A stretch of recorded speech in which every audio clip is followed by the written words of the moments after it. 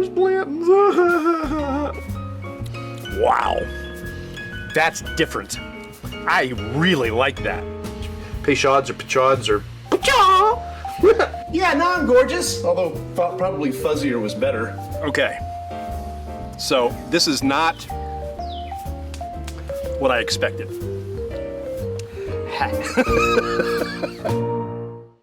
Well, hello, gang. It is Thursday, 7 o'clock, and it's time to rock and roll. We are going to be doing Barrell tonight. Barrell Seagrass. They've got several different products. Most of what they put out is cask strength, and that's what this is. Excuse me, we're going to get into this.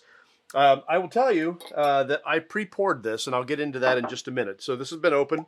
I have not smelled it. I have not tasted it, but it has been open.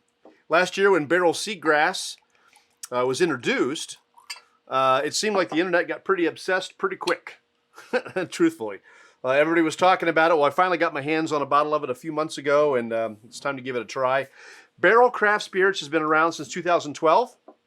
They've been blending whiskeys since 2014, and they're a non-producing company. They don't make their own juice. They are blenders, independent bottlers, they call themselves. They're scientists.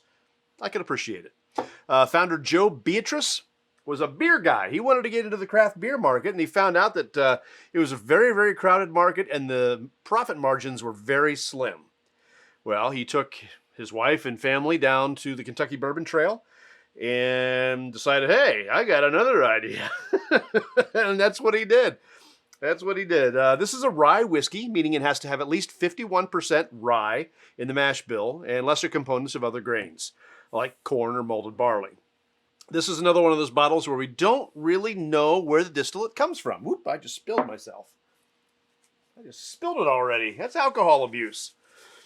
We do know it's a 3-part blend from producing distilleries in Indiana, Tennessee, and Canada. We also don't know the detailed mash bill, and I thought that might not be important to me, but it turns out that it is. I would like to know what's in it so that I can compare it to other things that are like, but I can't do that.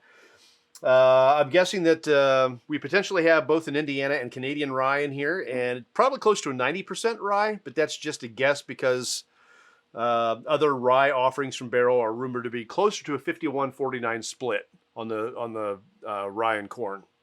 So I did some poking around, and I'm pretty sure the Tennessee component of this is George Dickel. From the Cascade Hollow Distillery in Tennessee, I'm pretty sure. And there are rumors that say that the Kentucky distillery might be Bardstown. When you're looking at the Indiana component, that's going to be either MGP in Lawrenceburg or possibly Four Roses. Four Roses has been known to put out their distillate. Bullet Bourbon uses Four Roses distillate. That's what goes in their barrels. So it could be Four Roses, could be MGP. Don't know. What we also might know is that the distillate that goes into this bottle from the different distilleries might be experimental distillate. You've heard of the Buffalo Trace Experimental Collection, BTEC. That's where they may take a day and play around with different distillations, right? And you can come up with quite a bit of distillate in just a day. But Barrell may be contracting these producing distillers to create an experimental blend or a one daily blend or here every now and then blend type of thing where they make that and that's what they make and it's a completely different mash bill than anything else. It's experimental and that's what goes into barrel. Maybe. I don't know that for a fact. All right. So all that being said, what makes this bottle special is not necessarily the distillate or the mash bill, but more the blend and how they finish it. This one is finished in rum, Madeira, and apricot brandy casks. All the sourced ingredients were kept separate. So this one was in Madeira, this one is in apricot brandy, this one is in rum. And then once they had set for their finishing time in those barrels, they were blended together that way. And that's what makes up this, this bottle. So Back in 2016, the people at Barrell say they had hoped to start producing their own distillate, but so far that hasn't happened. So I think it's reasonable to say that they've had some success. They were charging more for the bottles. This is like an $80 bottle. And I think the reason for that is because some of what they're doing is expensive. All the blending, I mean, there's so many different possibilities in their blending, it could just go crazy. And the other thing is, if they're using experimental distillate, that's expensive too, because it goes outside the norms. So it makes sense to have a more expensive bottle. This one is $80, $79.99, and each bottle is barrel strength, weighing it at, this one is 118 proof. Barrell does have two other seagrass themed product, it seems. One is a 16-year for $250, and another is a 20-year gold label, that is $500. The 16 year is a 100% Canadian rye. That's what leads me to think that maybe this one is a high rye, like 95.5, 90.10, something like that split. And I'll assume the 20 year is a 100% rye as well. Why call it seagrass? Barrell donates some of their profits to the Ocean Foundation for the conservation and preservation of seagrass. And what I tried to do is I tried to capture that in my photography. Tried to capture that feeling of seagrass. Unfortunately, no, I did get in the water. I had my waders on. I got down in the water and took this photo. And just to give you an idea of how far into the water I got, check this out. There's a better photo. Landon's watching. Hey, Landon, how are you, sir? So yeah, I got down in the water. I wanted to get this shot, and that's what ended up happening. So. Every review I read of this says that it needed to breathe, so I will tell you the truth that I opened it earlier today. I got out a mason jar that was clean, and I must have poured almost half of this into a mason jar, and then I poured it back in the bottle. And then I waited about 10 minutes, left the cork off, and I did it again. Same thing. So there should not be a traditional neck pour in this. It's been aerated a little bit. This should have full flavor, so let's get into it. Most of the reviews I read, I didn't read any tasting notes, but I read the reviews. Most people really like it. Other people think it's pretty intense and should go in a cocktail. We're not going to do a cocktail tonight. Maybe for Christmas I'll do one, depends on what I think of it. Let's start with nose. Okay, on the nose right away, I'm getting youth. Now, from what I read, some of these components were actually aged a decent amount of time, like 7 or 8 years. I don't know how long they were in the finishing barrel, but the ethanol is strong on the nose at first punch. And this is after aerating the bottle. That's the first thing I got. Yeah, I'm still getting that. Now, I'm not using a Glencairn. I'm using a Bourbon Trail glass because I was anticipating the nose being strong based on the reviews that I read.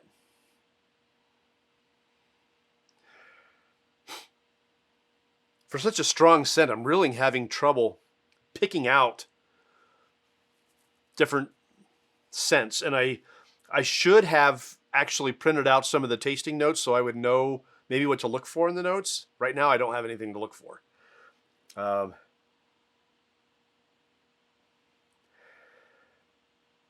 actually getting a little bit of mint.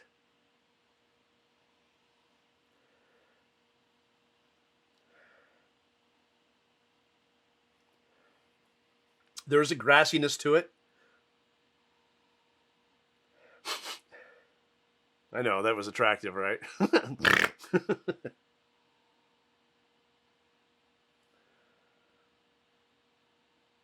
Spearmint.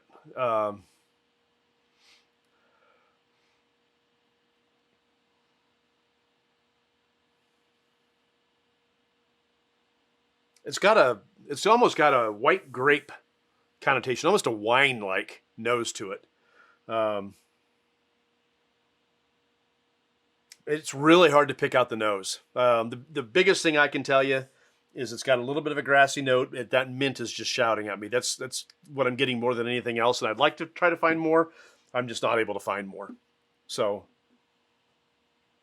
although there's something else there, I just can't place it. Maybe it's that grass. All right. This is 118 proof. that right? I think it's 119.48. 119.48. So here we go.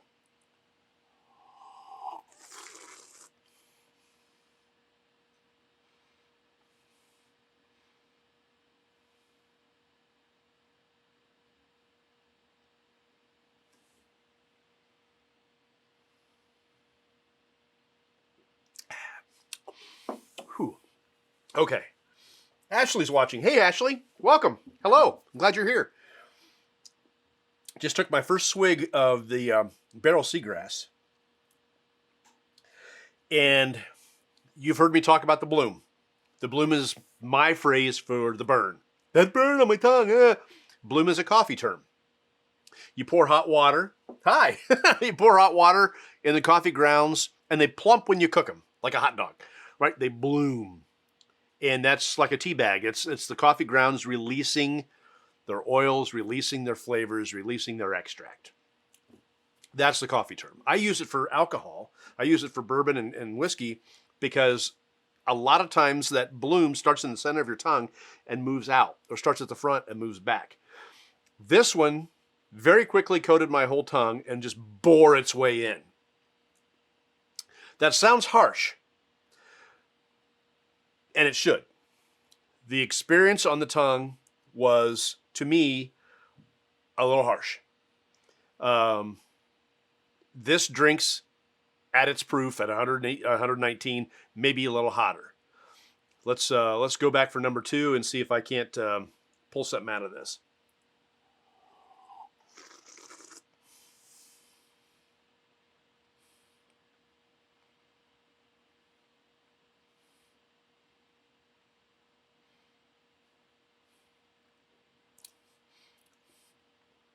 Getting some fruit notes, getting some honey, which is actually kind of nice. A lot of the reviewers said that it was very sweet and candy-like. I am not getting that off of a neat pour at all. I'm not getting sweet. I'm not getting candy. I'm not getting bubble gum. That's not what I get out of this at all. This drinks hotter than you might think.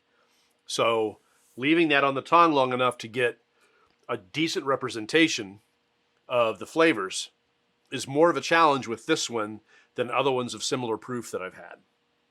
Trying to get past it. That may take a third or fourth pass to get my palate primed to the point where I'm able to really taste this and pull out. The inside of my lips are numbing up. I mean, I like high proofs, but this one is hot. So this again leads me to think that this is probably a higher rye, like a 95.5 or a 90.10 rye content, because it's pretty hot. Hey, Mike Ferguson. Hey, you the Mike Ferguson that I went to school with? Or is it just a coincidence? All right. Let's do another pour. See if I can get that palate primed.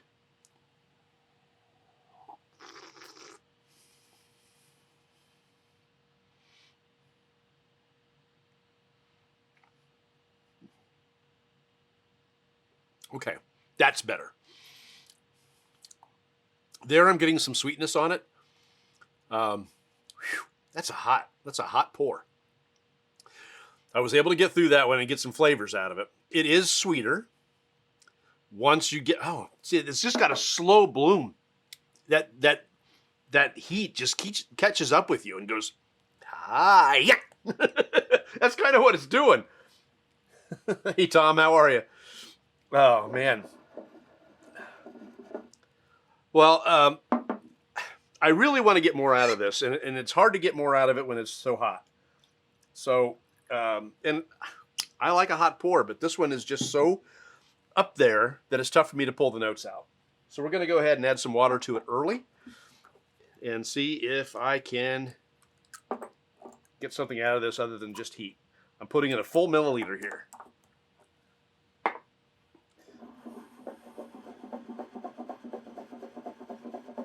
This would not be one that I would recommend for new drinkers. I want new drinkers to be able to taste and enjoy it. This is, if this is difficult for me, as a certified bourbon steward to taste and enjoy. This does not belong in the pantheon of first-time drinks.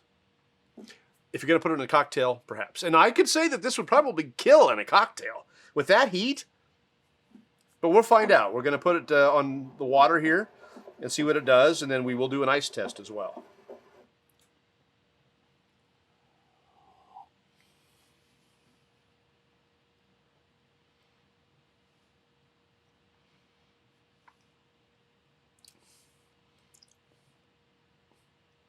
Okay. I'm not going to tell you I think this is a sweet pour, because it's not. I've had much, much sweeter pours. This is an interesting pour. It's a tasty pour. But the rye spice, to me, is so overwhelming in it that it tends to drag me back towards the darker side of the whiskeys. It's not giving me necessarily, I mean, there's some there, but it's not giving me higher notes of cinnamon and vanilla and all that stuff. This is giving me rye spice. It's giving me those toasted cereals, a little bit of a grassiness. Pour that sucker in a Coke and be done. No. No. No. That's funny. This has definitely got... now, some of the reviewers I read said that they had trouble finding the rye spice. Really? It's jumping out at me. This is not candy. This is not the candy experience that some of these reviewers were making it out to be at all. All right, this is still on water.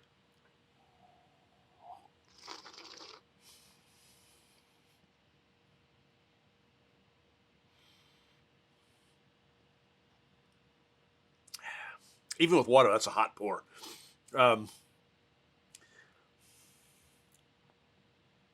Those same notes stand out. For me, that grassiness of that Canadian rye. I would be willing to bet that the Canadian rye is a huge component of this pour. Because Canadian rye and Lawrenceburg rye, they are just different. They're just completely different. I think Canadian rye is often a red winter rye. I may be thinking of the red winter wheat, but I think it's a winter rye up there.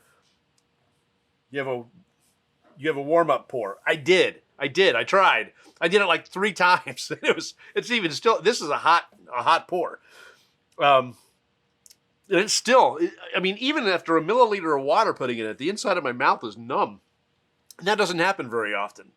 But I'm willing to tell you, I'm willing to bet. I would almost bet money on the fact that I'm thinking that the majority of this particular bottle is Canadian rye, just by the way it feels and tastes. I've got the Alberta Premium upstairs, and I get some of the notes on this, that I get off the Alberta Premium. Now, the Alberta Premium has less grass and more toasted cereal type notes, but there are some very similar notes that I'm getting, and I don't know what they finished the Canadian in. They're not giving us the information about where they did everything, where the rum casks, what was in that? The Madeira cask, what was in that? The pear sherry or whatever it was, what was in that? I just don't know the breakdown of where everything went, but I'm telling you, I think this is mostly the Canadian rye. And I'd be willing to bet that this is a 90-95% rye. All right, one last one on the water here.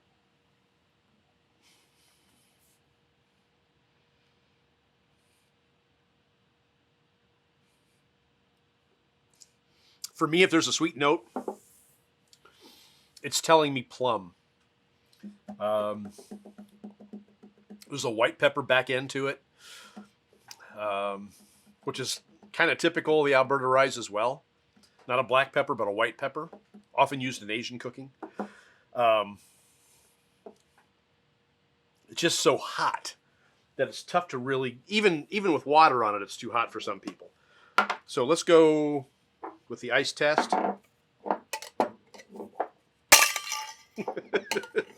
That was stuck in there, boys and girls. All right. Okay. I should have decided to make a cocktail out of this, to be honest with you. This is one that I will save for people that want to have a drink of it. There are other hot pours that are up in this proof level that I like better than this. I would not be turned off of buying this again. I would not be turned off of buying the other ones in the Barrell line. I'm going to hold off on drinking a lot of this one. For me, George T. Stagg, not so much Stagg Jr., but George T. Stagg, the Thomas Handy, getting into some other distillers, Nulu, Elijah Craig Barrel Proof, Larceny Barrel Proof. Those are some that are high proof like this, but I enjoy them more, and they got a better flavor. They are less Alberta rye and more something else. This one, Landon says, might make a good cocktail based on the rye notes. Never tried it that way. I'm with you. I'm now kicking myself for not preparing a cocktail. As much as the reviewers that I read seem to believe it was 50-50, right? Some of them thought it was a very sweet pour, delicious, had this fruit note and this fruit note and this sugar candy note and blah, blah, blah. And other ones said this would be great in a cocktail. I'm leaning towards that camp. I'm not going to tell you that I think this is a stupendous pour out of the bottle the way it is. I'm not finding those sweet notes at all. Now, somebody else may get a different experience out of this. Obviously, half the people I read thought it was something different. I don't think so. Something like this, I think it belongs in a cocktail, myself. But let's do the ice test and see how it does. This will give me a decent idea of how it might fare in a cocktail, because you almost always use ice in a cocktail, right? Whether it's in the glass or whether it's in the shaker, use ice. I want to get this good and cold. I want to see if I can blend the cold of the ice and the water from it melting slightly. This is a clear ice sphere, so they had, and it's big, so they tend to melt a lot slower. I want to just see if I can get a little bit of both in here. Give me one last chance of finding some flavors in there that I can go, hey, I like that. Aaron, am I missing something? I've not gotten that note in whiskey before. I must be missing something that's being said.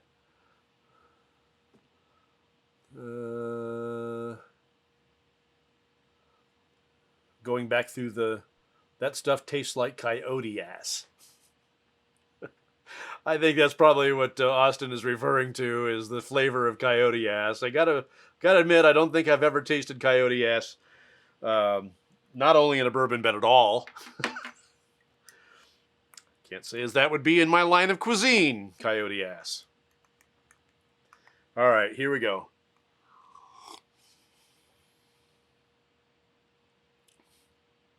Okay, that's good. That's good. That gave it an expression that is different. And I hate myself for liking it on ice better than neat, but the truth is the truth. That has really nice flavor to it. The ice didn't kill it, obviously.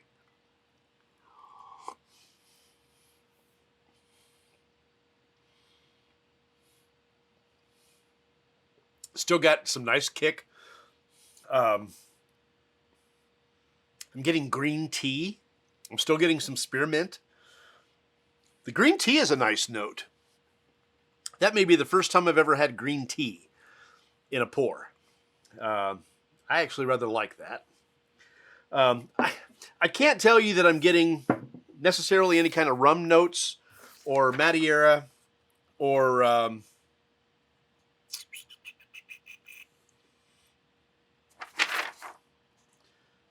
apricot brandy. I had to remember what brandy it was. I didn't remember. I don't think I'm necessarily getting any of those.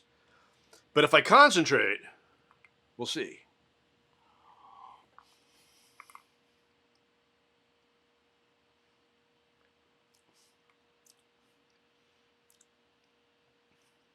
Apricots are like peaches. I'm not getting that. Madeira? No. Rum?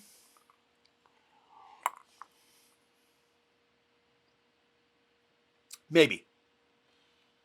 Things I've had out of rum casks, like the Redemption rye that had been aged in rum casks, there's a sweetness to it that is imparted into that pour by the rum cask. And it presents itself more after that bottle's been open for a while. So that just tells me this bottle needs to be open for a while. Again, I keep saying I'm going to come back to these things. Oh, try it again in a month, and I haven't done it. I'm thinking that for the end of year Bourbcast, I'm going to revisit some of those that I said I was going to revisit. One of those I know is the High West Prairie, American Prairie. Aaron, you might remember some of the other ones. Austin, you might remember some of the other ones. I'll just have to go back through the Bourbcasts and see which ones that I said I'm going to go back and revisit later. I know there's got to be a half dozen of them.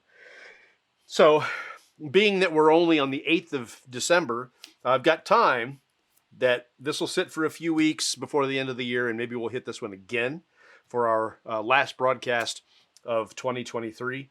I want to say this one is Bourbcast 130. That sounds about right, 130. Phew. We hit 3,000 hours of viewing on YouTube. Our subscriptions there are going up. It's kind of fun. I'm enjoying where it's going. I still don't know where this is going to go. I'm just having fun doing it. I would do it if nobody was watching, but the fact that you are just makes it that much more fun, and I appreciate it. This one, I would say try it. I mean, it's highly recommended. People love this pour. And I may be completely out of my element on this one. I'm not getting what everybody else is getting. On ice, I rather liked it. The green tea notes, I'm still getting that the grassy rye notes that tell me it's an Alberta premium or an Alberta rye. It's biggest part of the mash bill. Quinn's watching. Hey, Quinn, how are you, sir? We're just about done. We changed the time, and that's not fair. If you didn't get it, I'm sorry. We used to go 7:30. I got to move it up a half hour. We're going 7 o'clock now. So I apologize for probably not giving you enough advance notice on that. But 7 o'clock is where we're going to be doing them, probably for the foreseeable future. It just works out better for me. But I don't know how y'all felt about this one. Boy, it just set the internet on fire, and maybe it's the heat, maybe it's the high proof thing that people like. And again, the green tea notes I really liked, and the spearmint notes were interesting. I'm not going to do another pour because I don't think I have anything else to offer. There was a little white pepper on it. Some plum. I got the fruity notes I got included plum. I can't say that I was able to pick much more out of there than that. It's not very complex. And that's another thing I saw. There are people that are online that are talking about this that said, this is a complex pour. There's so much flavors. Every time you taste it, it's something different. Not for me. Not for me. Every time I tasted it, it was virtually the same. It didn't change for me. The closest thing to change was on ice. I would need to drink a lot more of this neat before I could get through that heat to find the notes. This would have to be a several hour project for me to get a good basis of flavor out of this thing. I'd have to try it and then walk away from it, then try it, then walk away from it, then try it. So I'll let it sit. I'm going to let it sit tonight with the cap off, with the cork out. I'm not even going to put it back in. That's the way it's going to stay. Maybe it'll give me something different next time I try it. I'll put the cork back in tomorrow when I come back downstairs. But until then, I just want to say thank you for watching. Again, we're on YouTube, the new handle thing that they do, @BeautifulBourbon. You can find us there. It's the same thing. I just clean up the Bourbcast a little bit, add some color to it, maybe some music at the end. And then We're on Instagram. I need to start doing that more again. I kind of let that sit. Instagram is just not as much fun as it used to be. It's not interactive enough. And Instagram it's just pictures. And yeah, I mean, I like taking pictures, obviously, but I don't know. I just don't know. And then we have the blog, which is woefully behind again. That's at beautifulbourbon.com, or the Bourbcast, BOURBCAST.com. You can go there too and see everything. So far, I have written notes on there about some of them that I've poured. Some of them we didn't even do Bourbcasts on, and there's written notes on them. Not very many, but a few. So thank you for watching. I will see you again next Thursday. I do not have a pour prepared. I have no idea what we're going to do next Thursday.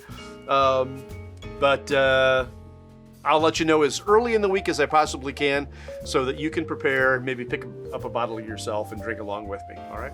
You guys take it easy. Thanks again. I do appreciate it. And we will see you next Thursday at 7 o'clock right here on Beautiful Bourbon.